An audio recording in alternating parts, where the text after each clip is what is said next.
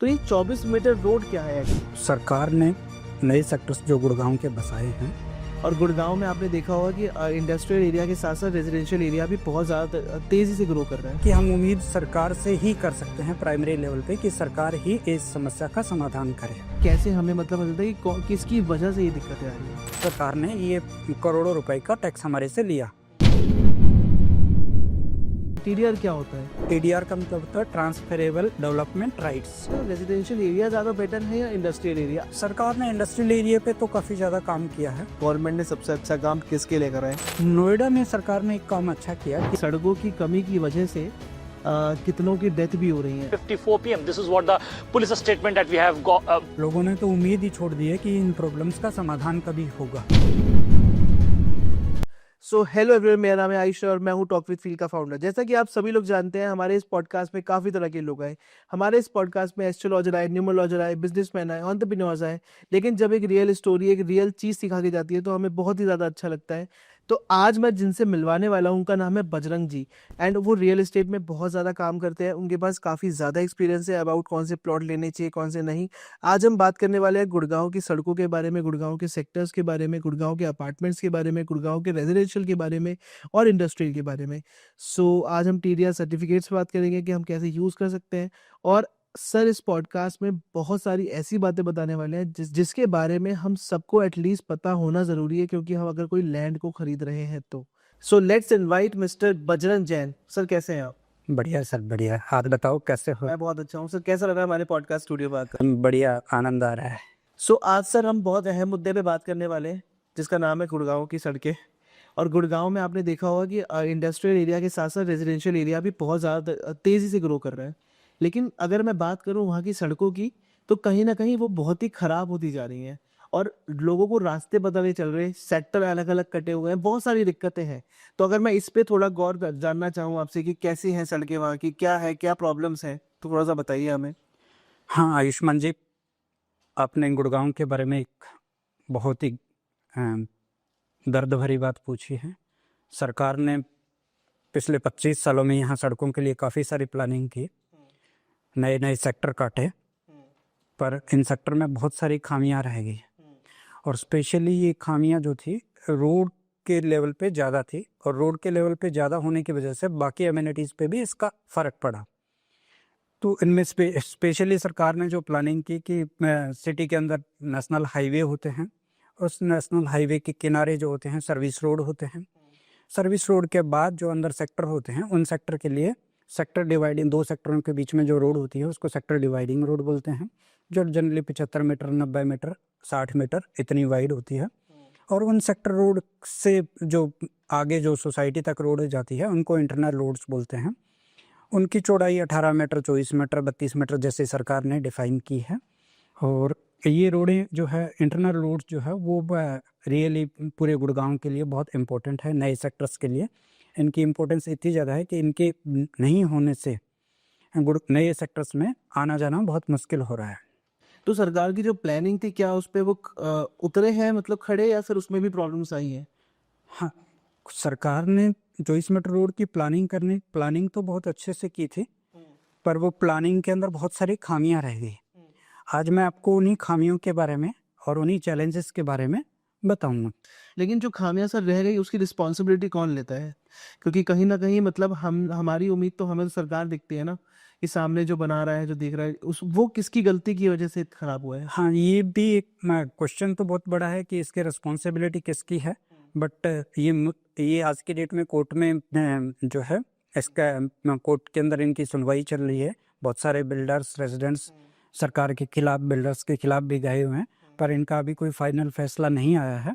और जब तक फाइनल फैसला नहीं आता है तब तक इसकी रिस्पॉन्सिबिलिटी के रूप में थोड़ा असमंजस तो रहेगा।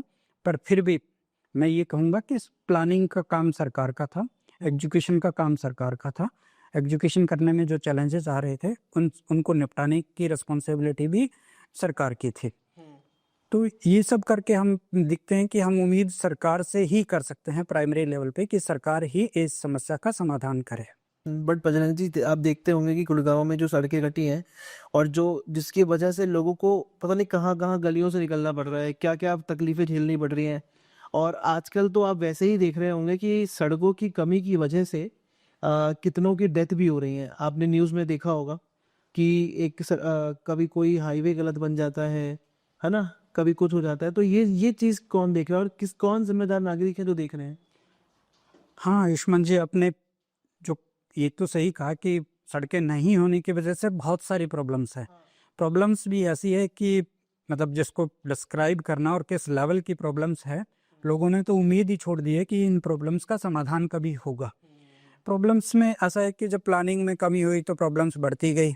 जनसंख्या जैसे जैसे बढ़ेगी, प्रॉब्लम्स और सीवियर होती जाएगी और जटिल होती जाएगी, और समाधान अगर टाइम से नहीं हुआ तो 10 साल बाद इसका समाधान पॉसिबल भी नहीं होगा। और जो जितनी जान माल या जितने एक्सीडेंट्स आज हो रहे हैं, जितना खतरा नए सेक्टर्स में आज है, आने वाले टाइम में ये सारा बढ़ता जाएगा, समस्याएं बढ़ती जाएगी। और इसलिए सरकार को इसके बारे में आज से ही तरीके से काम करना चाहिए, नए प्लान्स जो है वो लाने चाहिए। लेकिन हम रील्स में देखते हैं सर, वैसे वीडियोस भी देखते हैं, न्यूज़ में भी देखते हैं। तो आपके हिसाब से अगर मैं जानना चाहूँगा कि हमें भी नहीं पता कि बीच में कौन है जो देखभाल करता है इन सारी चीज़ों की? जैसे सरकार होती है, सरकार के बाद हमें दिखता है कि सरकार, लेकिन जो बीच में होता है उसको डिटेल में बताइए कि कैसे हमें मतलब पता चलता है कि किसकी वजह से ये दिक्कतें आ रही हैं? आयुष्मान जी, देखो, मैं आपको सबसे पहले तो ये बताता हूँ कि ये रोड का जो एजुकेशन है वो कई लेवल पे था। और जैसे उसमें से सरकार ने इसमें जो नए ग्रुप हाउसिंग कॉलोनीज काटी, नई सेक्टर काटे, उसमें सरकार ने हमारे से काफ़ी सारा टैक्स भी लिया, जिसको ईडीसी आईडीसी के रूप में नाम दिया गया। और सरकार ने ये करोड़ों रुपए का टैक्स हमारे से लिया कि हम रोड बना के देंगे। पर सरकार ने क्या किया कि उस टैक्स के बारे में ये डिफाइन कर दिया बाद में कि भाई आप जो है 75 सेक्टर डिवाइडिंग रोड जो है, चौड़ी रोड्स 75 मीटर और 60 मीटर, वो तो ईडीसी आईडीसी में रहेगी। परंतु जो इंटरनल रोड्स है, जो 18 मीटर, 32 मीटर, 24 मीटर और 32 मीटर कैटेगरी की, वो ईडीसी आईडीसी से नहीं है, ये बिल्डर की रिस्पॉन्सिबिलिटी है। और ये रिस्पॉन्सिबिलिटी का गेम जब आगे बढ़ा तो धीरे धीरे करके ये समस्या कॉम्प्लिकेट होती गई। आज जो 24 मीटर रोड, और अधिकांश सोसाइटी में जो समस्या है वो 24 मीटर रोड की वजह से है। ये 24 मीटर रोड नहीं बनी, उसकी वजह से सारे के ज़्यादातर सोसाइटी वाले रेजिडेंट्स जो है नए सेक्टर के, वो बहुत परेशान हैं। आज हम इस 24 मीटर रोड के बारे में ही ज़्यादा डिटेल में बात करेंगे। सो जैसे कि सर, जब आपने बताया मुझे 24 मीटर रोड के बारे में कि हम आज सबसे ज़्यादा बात उसी के बारे में करने जा रहे हैं। तो ये 24 मीटर रोड क्या है एक्चुअली? क्योंकि बहुत सारे दर्शकों को वो भी नहीं पता अभी। सरकार ने नए सेक्टर्स जो गुड़गांव के बसाए हैं, जो लगभग सेक्टर 58 से सेक्टर 113 तक की अगर हम बात कर रहे हैं, उन सेक्टर में जो सोसाइटियां बसाई है, उन सोसाइटीज़ को आपस में कनेक्ट करने के लिए, और उन सोसाइटीज़ आपस में कनेक्ट करने के बाद उनको मेन रोड में या सेक्टर डिवाइडिंग रोड्स में कनेक्ट करने के लिए जिन सेक्टर्स का नाम दिया गया है उनको 24 मीटर रोड कहते हैं। वैसे अगर दूसरी कैलकुलेशन में बात करें तो ये 24 मीटर रोड वाइड होती है, मतलब लगभग 60 फीट चौड़ी सड़कें होती है, जिससे दो सोसाइटियों के लोग आपस में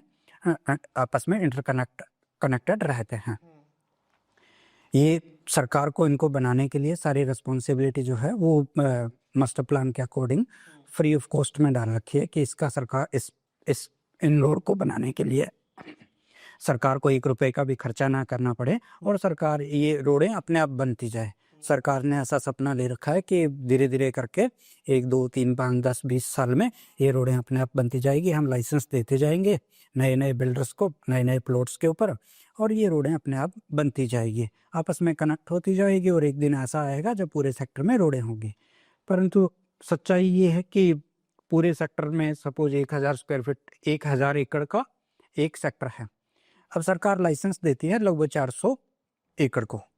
अब 400 एकड़ को लाइसेंस देगी, 600 एकड़ जो है वो बचा हुआ लैंड पार्सल जो है, वो या तो उनके पार्सल के साइज छोटे हैं, लैंड के पार्सल 5 एकड़ से छोटे होते हैं, उनमें ग्रुप हाउसिंग मिलती नहीं है, या वो इंडस्ट्रियल प्लॉट्स है, रेजिडेंशियल प्लॉट्स है, कमर्शियल प्लॉट्स है, या फिर यूँ कहो कि एग्रीकल्चर प्लॉट्स भी है, और बहुत सारे अनऑथराइज और ऑथराइज रेगुलेशंस भी है। और उसके साथ साथ सरकार के अपने प्लॉट्स भी है, सरकार के अपने दूसरे डिपार्टमेंटों के वहाँ पे ज़मीनें हैं, या विभाग भी बसे हुए हैं बीच बीच में। और भी बहुत सारी अम्यूनिटीज़ भी है जो पुराने टाइम से पंचायती ज़मीनें थी, तो पंचायत से रिलेटेड एक्टिविटीज़ भी वहाँ होती है। जैसे मैं बताऊँ कि सपोज़ 24 मिनट रोड के बीच में एक शमशान घाट आ जाता है, तो वो शमशान घाट पंचायत की ज़मीन पे बसा हुआ है। बाद में एमसीजी ने उस ज़मीन को टेक ओवर कर लिया और टेक ओवर करने के बाद जो था कि अब वो एमसीजी के अंडर में आ गया, पर अभी भी वो अर्बन प्लानिंग का मेन हिस्सा नहीं बन पाया। तो बजरंग जी, मेरा अगला सवाल आपसे बहुत ही इम्पोर्टेंट है। 15 साल हो गए हैं अब तक, बीत गए, है ना? तब भी रोड नहीं बन पाई। अब इसमें कौन जिम्मेदार है? हाँ, आयुष्मान जी, देखो साल तो 15 क्या है, मेरे को लगता है 15 से भी ज़्यादा हो गए। ये मैं लगभग 12-13 सालों से तो मैं ही देख रहा हूँ, और सरकार ने लगभग 2010 के आसपास द्वारका एक्सप्रेसवे के बारे में सोचा था, और जहाँ पे लगभग ये नए सेक्टर्स की प्लानिंग करनी स्टार्ट की थी। करेक्ट। और उसके बाद जो मास्टर प्लान आया उसके अंदर ये 24 मीटर रोड का प्रोविज़न रखा गया, और उस प्रोविज़न के साथ साथ यहाँ पे नई सड़कें बननी थी। ठीक है। और इन सड़कों के बनाने के पीछे सरकार की एक पॉलिसी जो रामबाण के रूप में काम आनी चाहिए थी, सबसे इम्पोर्टेंट पॉलिसी थी, वो टीडीआर पॉलिसी थी। कि सरकार को लगा कि हमने इन सड़कों को बनाने के लिए जो प्रोविज़न किया है उस प्रोविज़न को अचीव हम टीडीआर पॉलिसी के थ्रू कर लेंगे। और ये टीडीआर पॉलिसी जो थी, इसका पूरा नाम जैसे हम आपके दर्शकों को बता देते हैं कि इसका नाम था ट्रांसफरेबल डेवलपमेंट राइट्स। कि ये टीडीआर पॉलिसी के माध्यम से ये सड़कें अपने आप बनती जाएगी और सेक्टर आपस में कनेक्ट होते जाएंगे। ठीक है। सेक्टर सोसाइटीज आपस में कनेक्ट होती जाएगी। आज हम इस टीडीआर पॉलिसी के बारे में भी बात कर लेंगे। तो आपने जैसे बताया कि जो 24 मीटर रोड है, इससे कनेक्टेड टीडीआर का मतलब क्या लेना देना? टीडीआर क्या होता है? हाँ, कि टीडीआर पॉलिसी, टीडीआर एक जो है सरकार ने एक पॉलिसी बनाई जिसका नाम टीडीआर रखा। टीडीआर का मतलब होता है ट्रांसफरेबल डेवलपमेंट राइट्स। ठीक है। ठीक है, सरकार को ये पता था कि हम पूरे सेक्टर के सारे लैंड पार्सल्स को हम रेजिडेंशियल लाइसेंसेस नहीं दे पा रहे हैं, और देना पॉसिबल नहीं है, क्योंकि हर एक सेक्टर का अपना एक जो सेक्टर का लोडिंग फैक्टर होता है कि एक सेक्टर में हम मैक्सिमम कितने लाइसेंसेस इशू कर सकते हैं, कितनी ज़मीन पे ग्रुप हाउसिंग बना सकते हैं, कितने लैंड पार्सल पे। तो वो ये पॉसिबल ही नहीं था कि सारी की सारी ज़मीन पे 100% जो है ग्रुप हाउसिंग के लाइसेंस दे दिए जाए। तो सरकार ने ये टीडीआर पॉलिसी लॉन्च की। ठीक है। जो इस टीडीआर पॉलिसी में उन्होंने क्या किया कि जो हिस्सा लैंड जो लाइसेंस्ड कॉलोनीज है उसके बाद जो बचेगा, सपोज 5-5 एकड़ के, 10-10 एकड़ के, 25 एकड़ के बहुत सारे लाइसेंसेस एक सेक्टर में उन्होंने इशू कर दिए। बीच में कोई 1 एकड़ का, कोई 2 एकड़ का, कोई 5 एकड़ का पार्सल बचेगा, उसके अंदर से रोड निकलेगी। 24 मीटर रोड का प्लान है। तो सरकार ने कहा कि भाई वो जिनकी भी ज़मीन है, जिनका भी लैंड है, वो सरकार के पास खुद आए और सरकार के पोर्टल पे अप्लाई करे कि हमारी ये ज़मीन है जो सरकार के किसी काम की है, सरकार के प्लानिंग के हिसाब से दूसरे यूज़ की है, जिसमें 24 मीटर रोड आती है, ग्रीन बेल्ट आता है और पब्लिक एमिनिटीज़ बहुत सारी है। तो उस लैंड ओनर को सरकारी पोर्टल पे जाना था और अपनी लैंड को वहाँ पे सरेंडर करना था, और अपनी पुश्तैनी ज़मीन जो है उसको वहाँ पे सरेंडर करके उसके बदले में उसको एक टीडीआर सर्टिफिकेट मिलेगा। और उस टीडीआर सर्टिफिकेट का उसको क्या करना है कि जाके किसी डेवलपर को, आसपास के उसी मास्टर प्लान के अकॉर्डिंग कोई डेवलपर है तो उसको वो टीडीआर सर्टिफिकेट बेच देना है, जहाँ से उसको पैसा मिलेगा। और ऐसे करके सारे लोग टीडीआर सर्टिफिकेट इशू करवाते रहेंगे और रोडें बनती रहेगी। लेकिन सर, अभी तक भी अगर मैं बात करूं कि अगर हम और भी टाइम रुक जाते हैं कि क्या पता सही हो जाए और टाइम में मतलब कुछ प्रोग्रेस हो जाए, लेकिन अगर हम रुकते भी हैं तो क्या आपको लग रहा है, आशा है कि कुछ और बढ़िया बदल सकता है? और कितना टाइम लगेगा अगर बदल सकता है? ये आज भी असमंजस की स्थिति है। जिस तरीके से टीडीआर पॉलिसी को इम्प्लीमेंट किया जा रहा है, उस तरीके से मुझे नहीं लगता कि आने वाले 50 सालों में भी इस समस्या का समाधान हो पाएगा। क्योंकि टीडीआर पॉलिसी का अगर आप पहला पैराग्राफ भी अगर आप पढ़ोगे तो उसमें पहले साफ लिखा हुआ है कि इसकी इम्प्लीमेंटेशन के अंदर जो चैलेंजेस है वो टाइम टू टाइम रिवाइज करना बहुत ज़रूरी है। उनको जो टीसीपी प्लानिंग डिपार्टमेंट है उसके जो डायरेक्टर हैं वो टाइम टू टाइम इसको रिवाइज करें।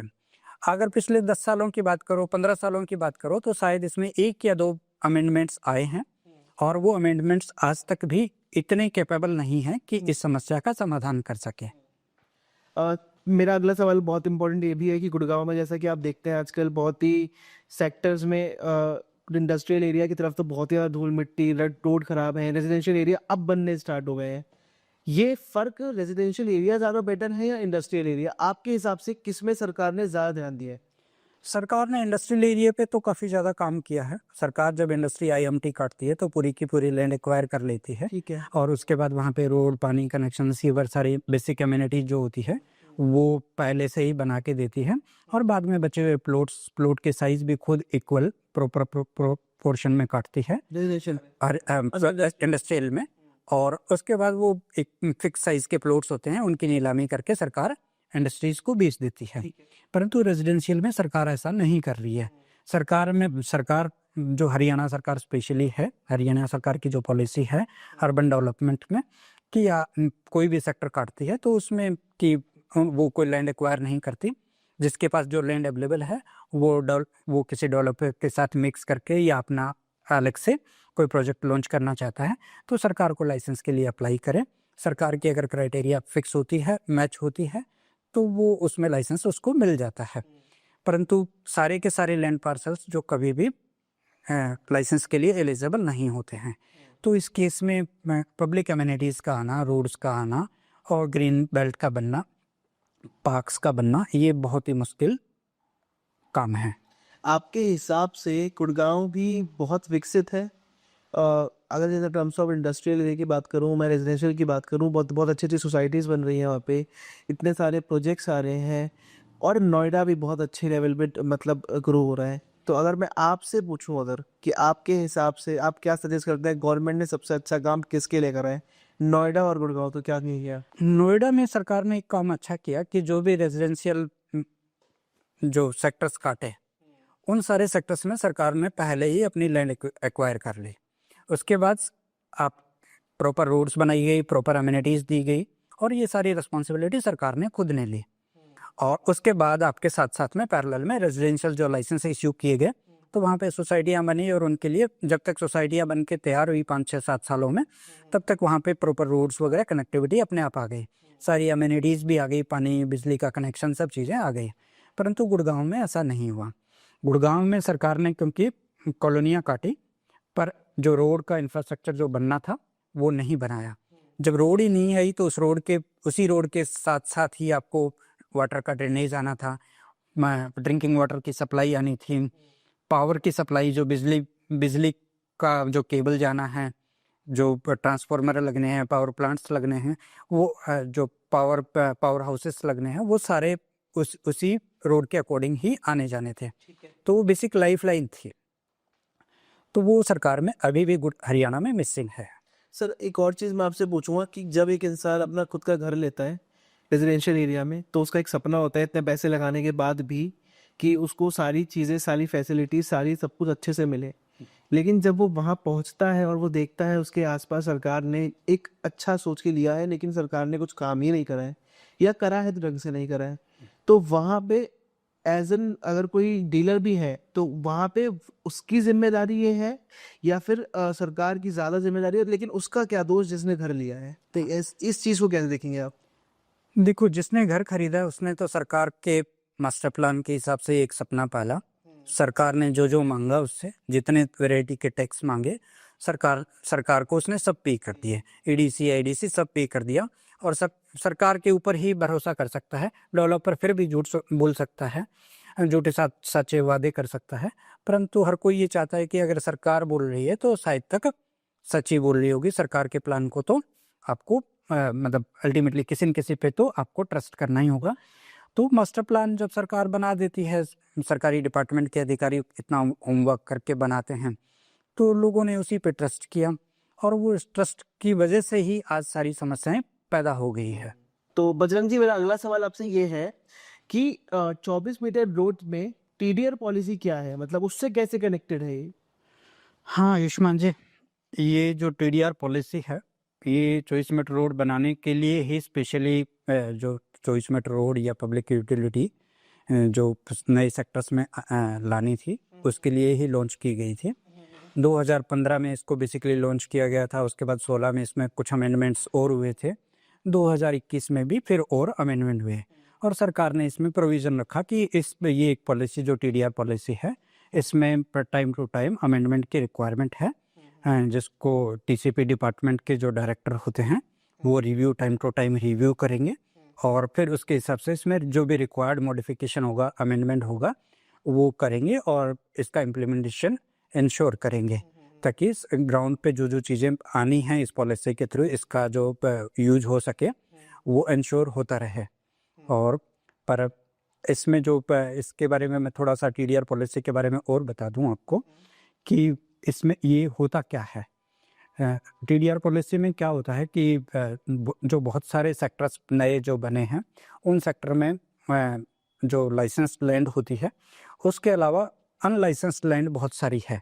लाइसेंस्ड लैंड का मतलब ये है कि किसी बिल्डर ने सरकार को अप्रोच किया कि उनको कोई ग्रुप हाउसिंग बनानी है, कोई कमर्शियल बनाना है, तो वो सरकार के पास जाते हैं और अपने प्लॉट की सारी डिटेल्स वगैरह देते हैं और वो उस क्राइटेरिया में मैच होता है तो सरकार उनको एक लाइसेंस कंस्ट्रक्शन का दे देती है।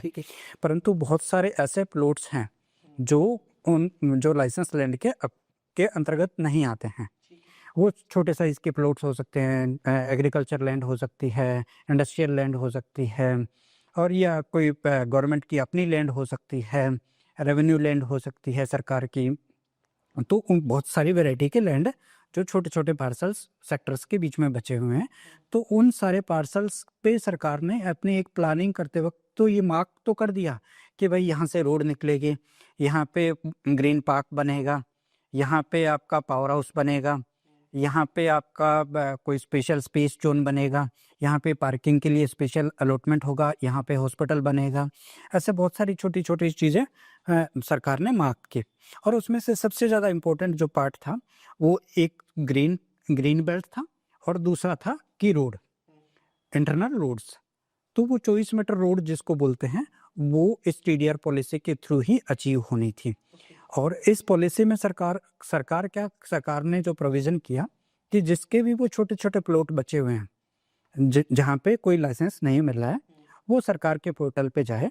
सरकार ने पूरी पोर्टल पे पूरी व्यवस्था कर रखी है कि उस पोर्टल के ऊपर जाए और वहाँ पे जाके अपने प्रॉपर्टी की पूरी डिटेल अपलोड कर दे और अपने इंटरेस्ट के साथ में कि ये जो लैंड पार्सल है उसका पर्टिकुलर उसी का पार्सल है जिसमें कोई प्रॉब्लम नहीं है, किसी और का मालिकाना हक नहीं है, और वो उस पोर्शन को, उस लैंड को सरकार को देना चाहता है और बदले में सरकार से TDR सर्टिफिकेट इशू करवाना चाहता है, ताकि वो उस सर्टिफिकेट को किसी आसपास के डेवलपर को बेच के और उसमें से पैसा कमा सके कि अपना उसकी, क्योंकि लैंड के बदले में उसकी पुश्तैनी ज़मीन है, पुश्तैनी ज़मीन के बदले में अब वो सरकार को फ्री में तो देगा नहीं, तो सरकार को फ्री में नहीं देगा तो उसको उसके बदले में कुछ पैसा चाहिए।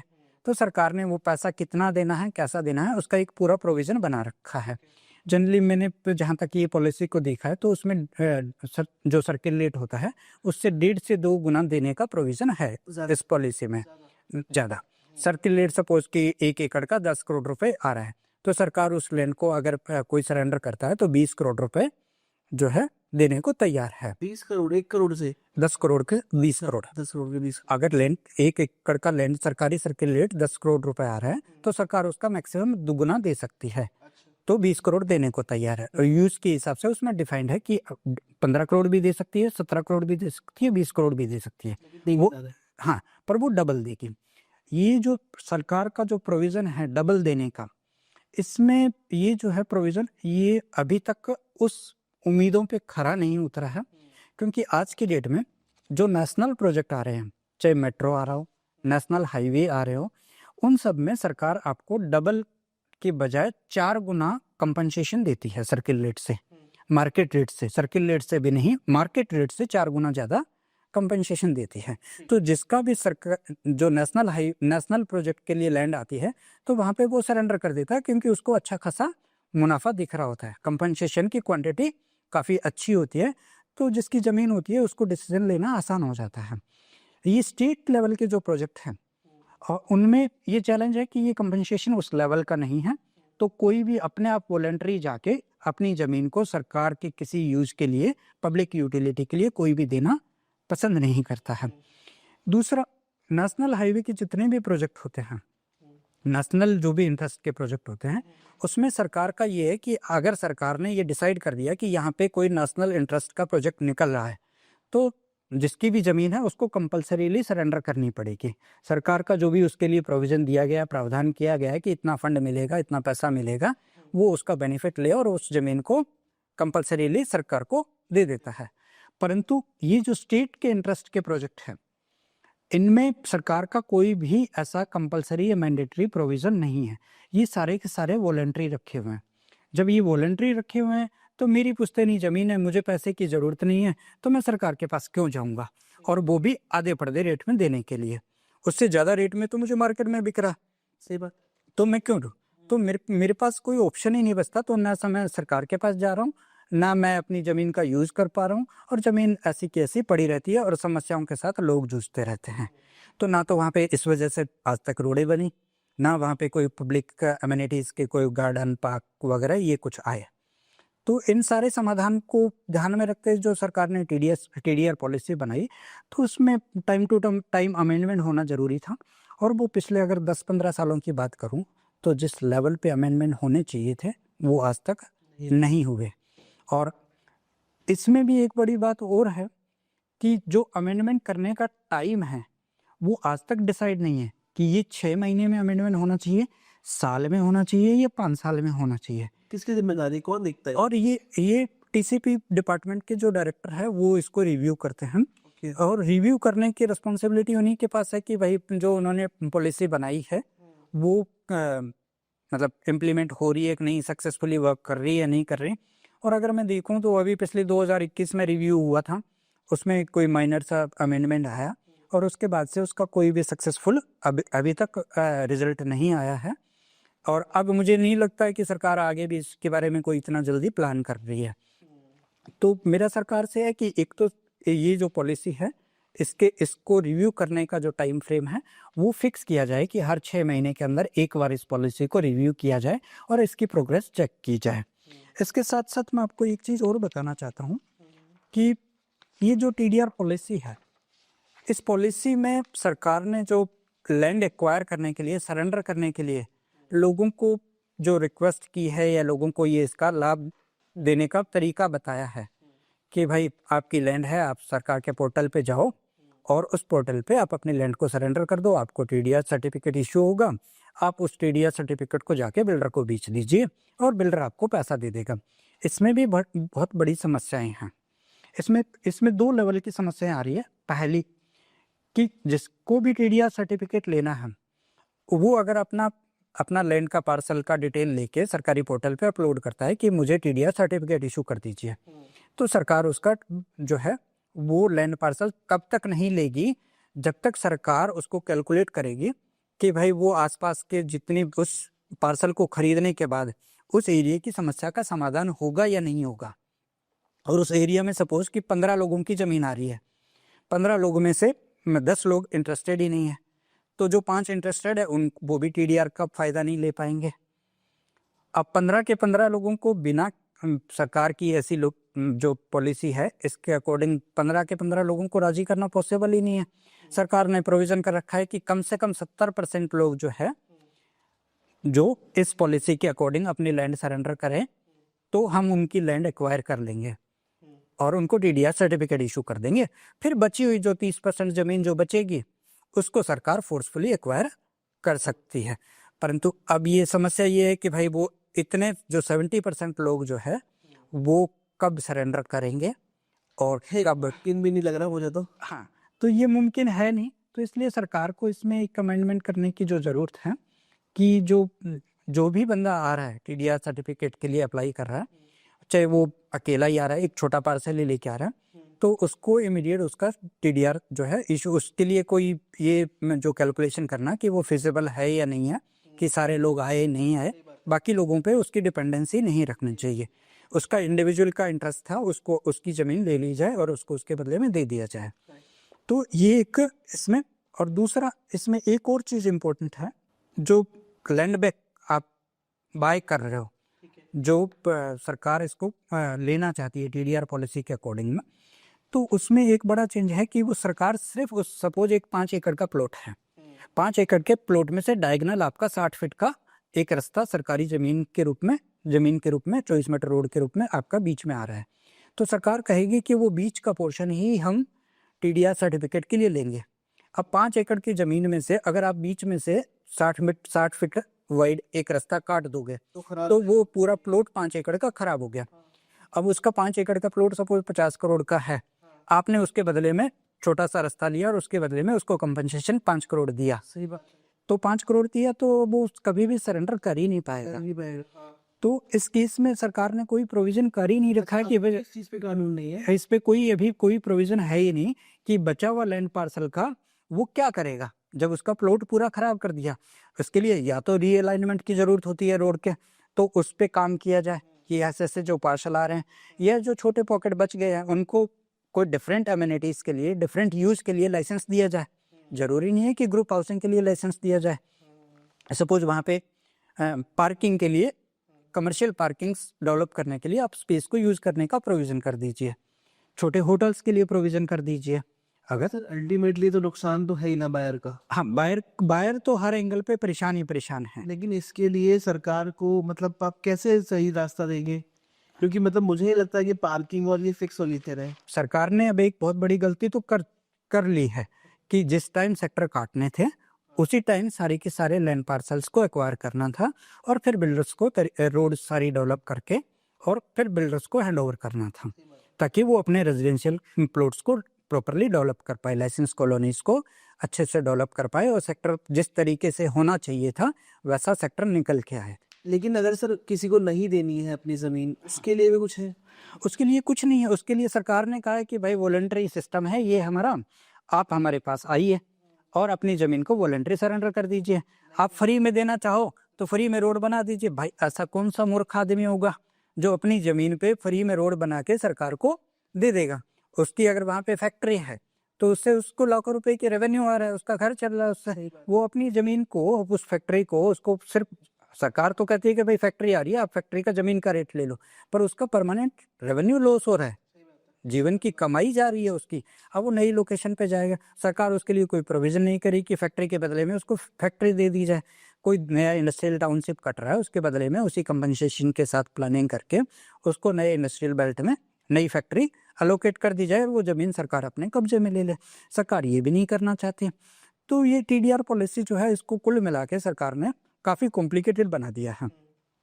अब मुझे ऐसा लगता है कि इसके जो पॉइंट्स थे कि आप अपने आप आके वॉलंटरी सरेंडर करो, इसका बेनिफिट लो, फिर जो टीडीआर सर्टिफिकेट आपके पास आएगा आप बिल्डर के पास जाओ, उससे आप अपना इसको बेच के इससे पैसा कमाओ, वो बिल्डरों के चक्कर काटे। बहुत लंबा प्रोसेस। ठीक है, बिल्डरों के चक्कर काट रहे, बिल्डर किस रेट में लेगा नहीं लेगा, कब बिकेगी टीडीआर सर्टिफिकेट, उससे कब रेवेन्यू आएगा।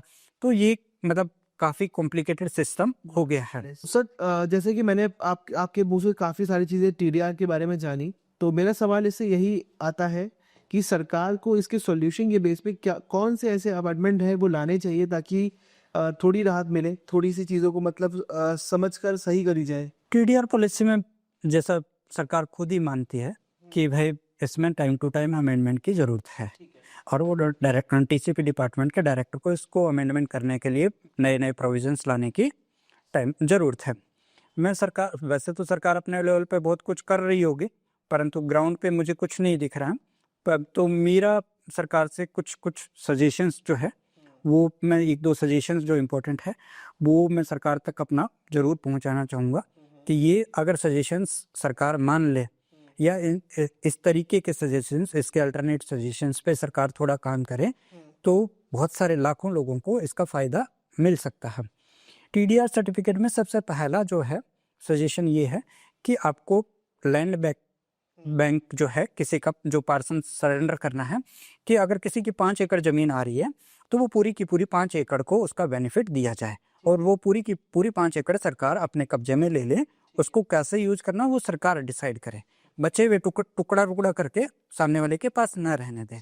मतलब मेरा कहने का मतलब है कि ये जो आपका नोटिफाइड लैंड है उसके साथ जो पूरा पार्सल बचता है उसको भी सरकार अपने पास ले, और फिर बाद में उसको किसी के साथ मर्ज करना है आसपास के ग्रुप हाउसिंग में तो वो उसके साथ मर्ज कर ले। हाँ, तो उसका बनाना है, कुछ करना है, वो सरकार उसका देखे, उसका ऑक्शन करना है किसी भी तरीके से, पर उस जिसका लैंड है उसको वहां से एक बार पूरा फ्री कर दे अगर वो चाहे तो। एक तो ये अमेंडमेंट उसको करने की ज्यादा जरूरत है।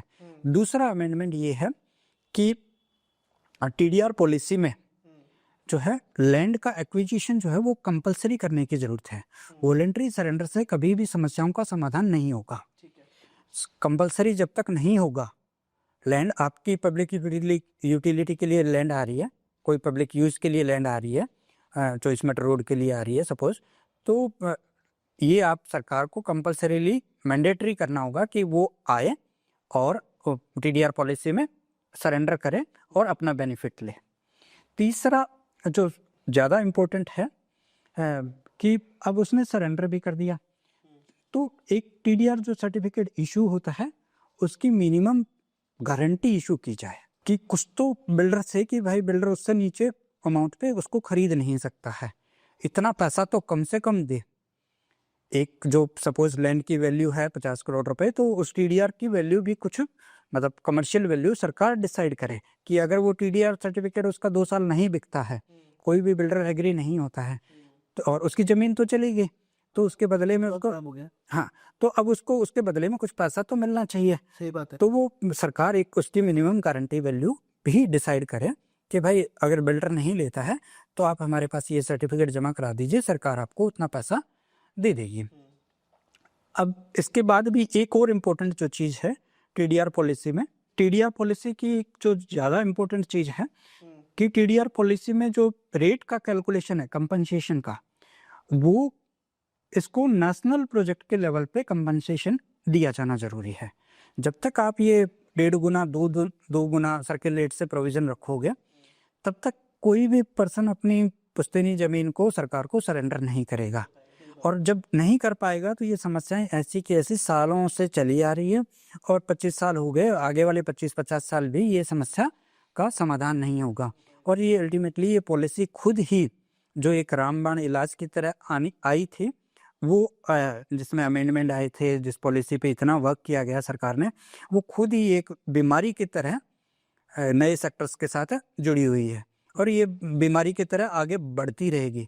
तो इससे बेटर है कि अगर सरकार इन सब पे काम नहीं करना चाहती तो सरकार इस टीडीआर पॉलिसी को स्क्रैप कर दे। सही बात है। लेकिन अगर मैं आपसे पूछूं कि ये सारी चीज़ें होने के बाद भी, चलिए हमारे मान लें कि आपने जो सॉल्यूशन दिए ये करने के बाद भी प्रोग्रेस नहीं होती है, 2 साल के बाद भी यही दिक्कतें आती हैं, फिर जब तक आपने मैंडेटरी नहीं किया लैंड एक्विजिशन को तो चांस है कि वॉलेंटरी आपके पास समाधान ना आए, रोडें अपने आप कभी नहीं बनेगी।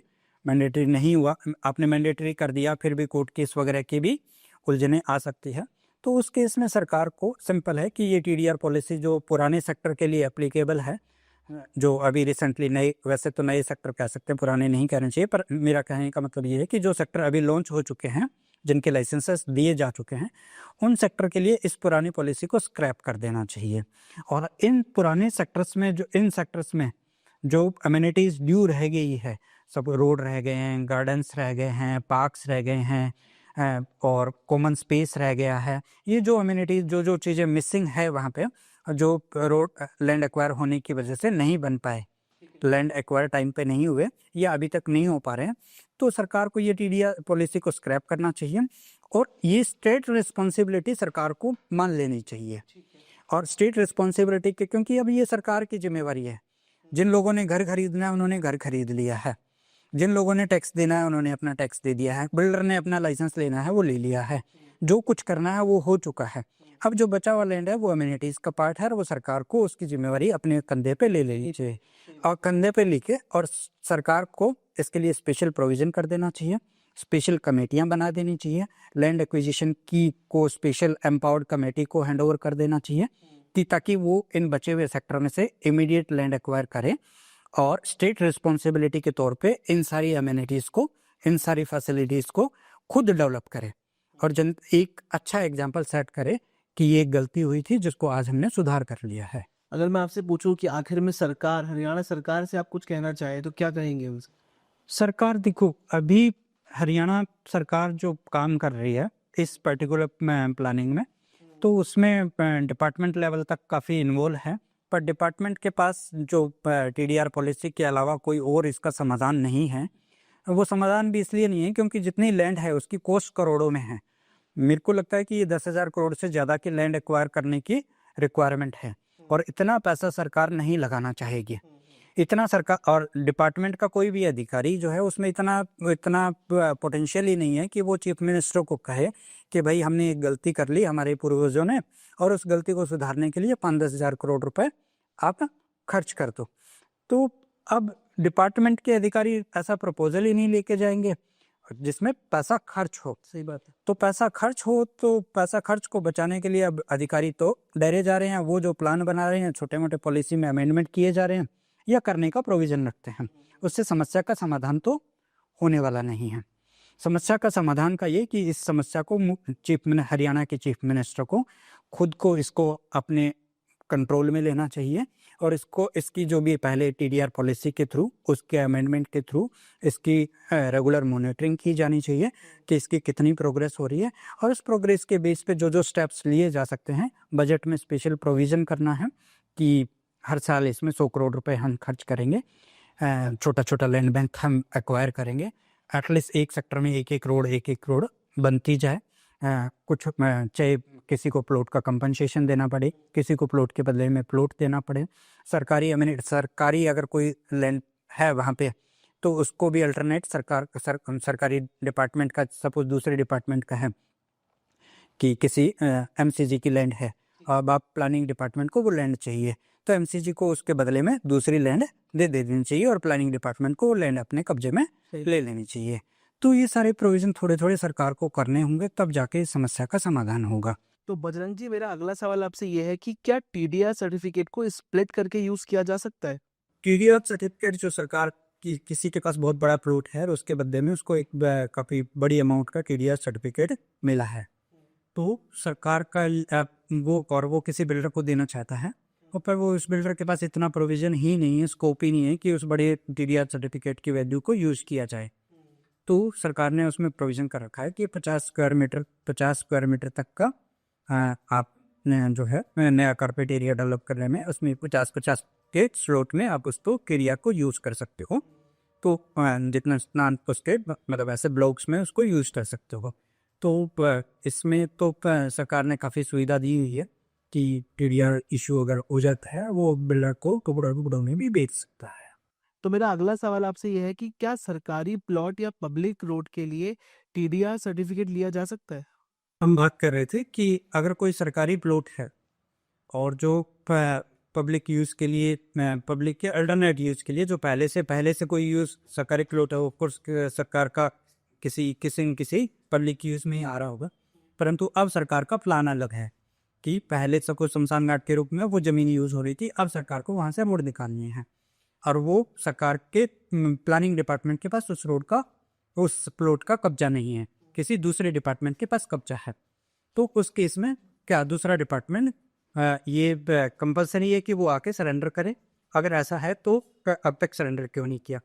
पर मुझे नहीं लगता कि सरकार का कोई भी डिपार्टमेंट, अगर दूसरा डिपार्टमेंट है वो उसका कोई प्लॉट आ रहा है तो उसने आज तक कोई प्लॉट सरेंडर किया होगा खुद से। वो किसी भी दूसरे की प्लानिंग में कोई डिपार्टमेंट अपने आप को इन्वॉल्व नहीं करेगा, और कोई भी अधिकारी इस लेवल का कि जाके अपने प्लॉट को सरेंडर कर दे जिससे गांव वालों से झगड़ा हो।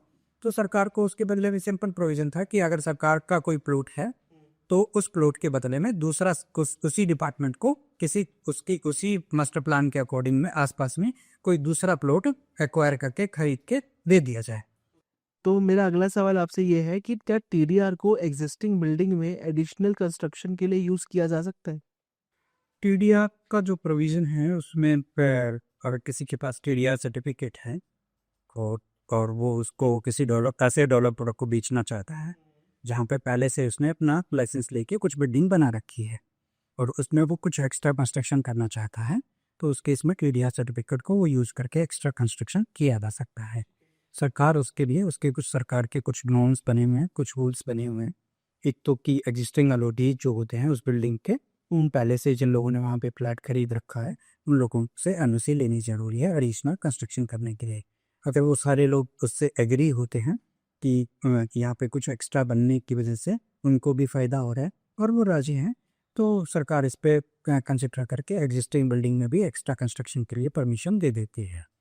परंतु सरकार को ये देखना ज़रूर पड़ता है कि उससे किसी को नुकसान ना आए। So thank you so much Bajrang ji for coming our show. हमें बहुत अच्छा लगा हमारे पॉडकास्ट में आप आए and thank you so much, आपने अपना वैल्यूएबल टाइम हमें दिया, बहुत सारी इन्फॉर्मेशन ऐसी बताई जो हमें बिल्कुल भी नहीं पता थी, जैसे लाइक टीडीआर के बारे में, सर्टिफिकेट्स के बारे में, गुड़गांव के प्लॉट्स के बारे में। एंड डेफिनेटली किसी को कोई भी जानकारी चाहिए तो वो बजरंग जी का मैं डिस्क्रिप्शन में लिंक डाल दूंगा, नंबर डाल दूंगा, ताकि आपको कोई भी प्लॉट लेना है, कुछ भी लेना है, आप डेफिनेटली बजरंग जी आपको एकदम सही राय देंगे। And once again thank you so much sir for coming our show. फिर मिलेंगे, तब तक अपना ध्यान रखिए, खुश रहिए एंड हमारे चैनल को सब्सक्राइब करिए।